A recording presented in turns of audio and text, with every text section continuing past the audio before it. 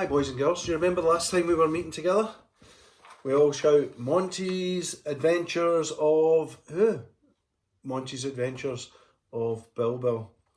And last time we caught up with Bilbil and Dobby, you remember they were walking out along that plank, and they walked to the end of the plank, and then all of a sudden,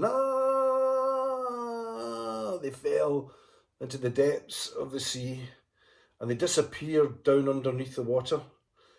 When they surfaced, Bilbil was crying out, I can't swim, I can't swim, I can't swim.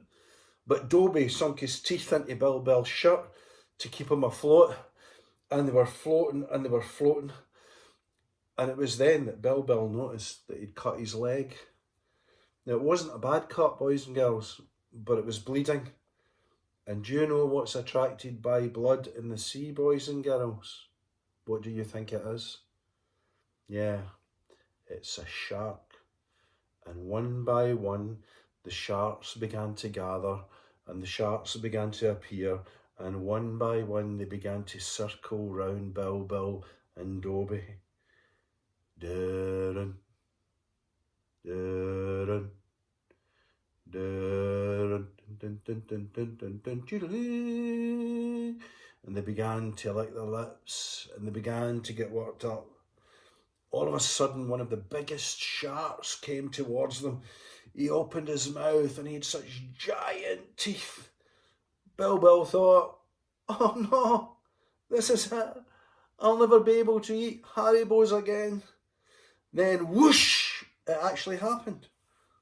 All of a sudden, Bilbil and Dob felt themselves rising out above the water, and underneath them was the biggest metal structure they had ever seen.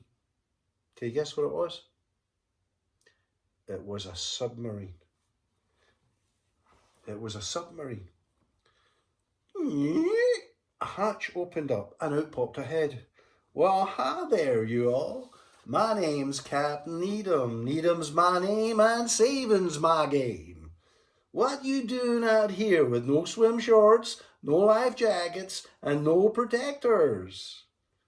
Bilbil told him the story, and very soon the captain agreed to take them to the harbour called Fairhaven on the far side of Majestic Island. Thanks, Captain, said Bilbil. You saved our lives. And off him and Dobby went. Dobby's tail was wagging behind him. He was so happy. Soon they were searching for the next clue Claypole had left them. It said, don't worry about the looks, just find the books. Don't worry about looks, just find the books. And there were lots of shops around.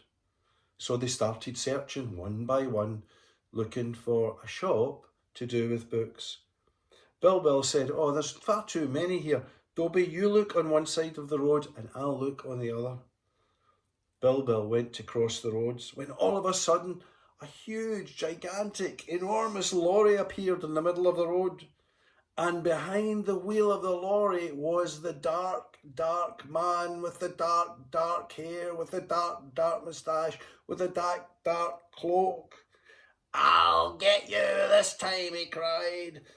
And all Bill could do was to stand there and wait for the lorry to hit him. Help, he cried.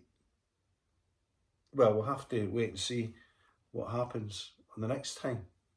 So why don't you tune in on Monday and find out what happens? Or Tuesday. We're going to meet Tuesday. Hope to see you then.